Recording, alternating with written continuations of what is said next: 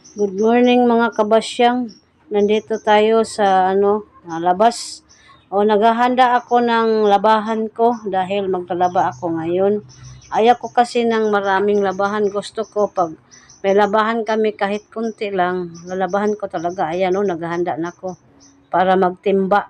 Mag-igib ako ng tubig dun sa balon. So, tingnan nyo yung balon, maraming tubig, lalo na ulan ngayon.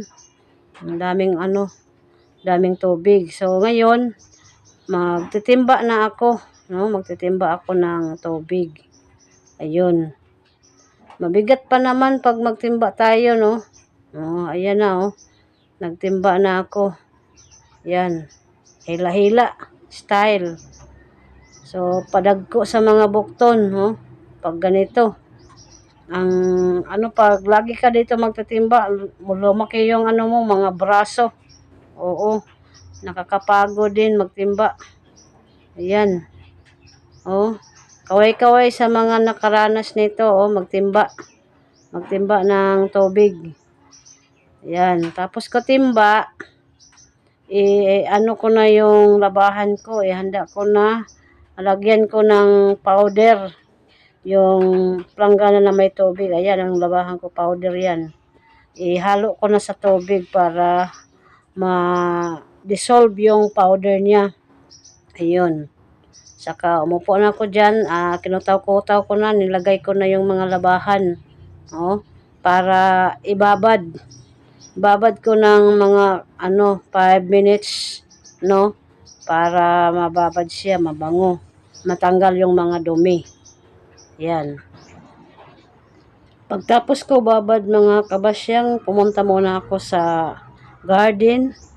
Tinitingnan ko yung mga tanim ko, baka na dagana ng ulan. Minsan kasi pag malakas ang ulan, yung mga tanim ay natutumba. Minsan yung mga dahon nila nalagyan ng mga buhangin, mga lupa. Kaya sinitsik ko muna, pinuntahan ko yung isa, tapos yung kabila na naman na garden kasi dalawa yung garden ko. Ayan.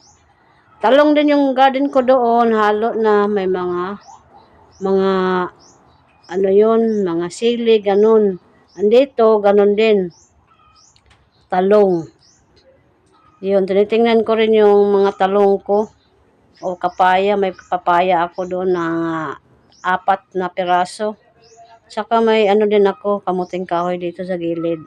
At sinitsik ko yung mga tanim ko, baka nasisira o natumba. Pero okay naman siya, tingnan nyo. Malaki na sila. Dahil, mga mahigit magdalawang buwan na siya.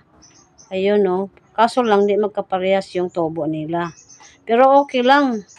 Basta makatubo sila, dire-diretso na. At saka nandito na ako, bumalik ako sa labahan pagkatapos ko pumunta sa garden. Tinutuloy ko na paglalaba, para matapos. Dahil, nagmamadali din si nanay, maligo din siya. Pagkatapos ko yun maglaba, sampay ko na. Dinalian ko na paglaba. Salamat sa inyo mga kabasyang. Hanggang dito na lang. God bless sa ating lahat.